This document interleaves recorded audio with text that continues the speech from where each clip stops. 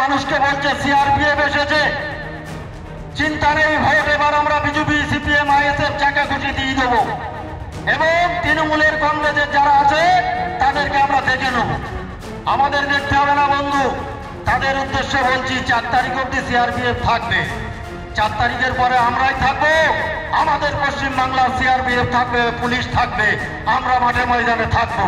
দেখা বন্ধু 4 তারিখের পরে হবে, তখন যেন আউ করো না কি হচ্ছে।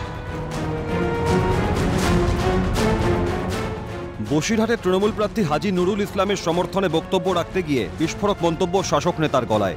শাসক নেতার এই বক্তব্য সোশ্যাল মিডিয়ায় ভাইরাল।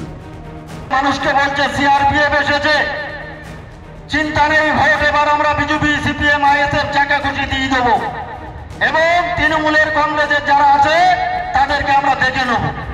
আমাদের দেখতে হবে না বন্ধু, তাদের উদ্দেশ্যে বলছি 4 তারিখ অব্দি সিআরপিএফ থাকবে, 4 তারিখের পরে আমরাই থাকবো, আমাদের পশ্চিমবাংলার সিআরপিএফ থাকবে, পুলিশ থাকবে, আমরা মাঠে ময়দানে থাকবো। দেখা বন্ধু 4 তারিখের পরে হবে, তখন যেন আউ করো না কি হচ্ছে।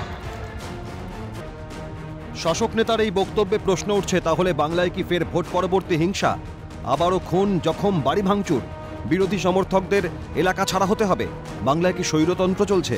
বিরোধী কণ্ঠকে অবদমন করে একদলীয় শাসন কায়েমের চেষ্টা? ফিরবে 21-এর সেই দুঃসহ দিনগুলোর ছবি? মুখ খুলছে বিজেপি।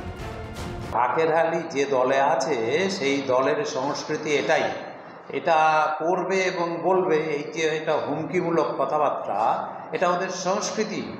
আর ওদের নেত্রী, পশ্চিমবাংলার যিনি নেত্রী, তিনিও এই ধরনের হুমকি আগে দিয়েছেন, তার ফল পশ্চিমবঙ্গের জনগণ দেখেছে।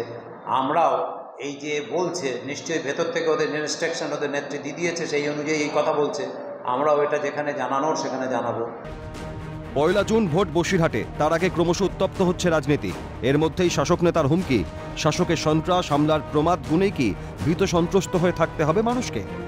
সামিম মোল্লার রিপোর্ট, ক্যালকাটা নিউজ।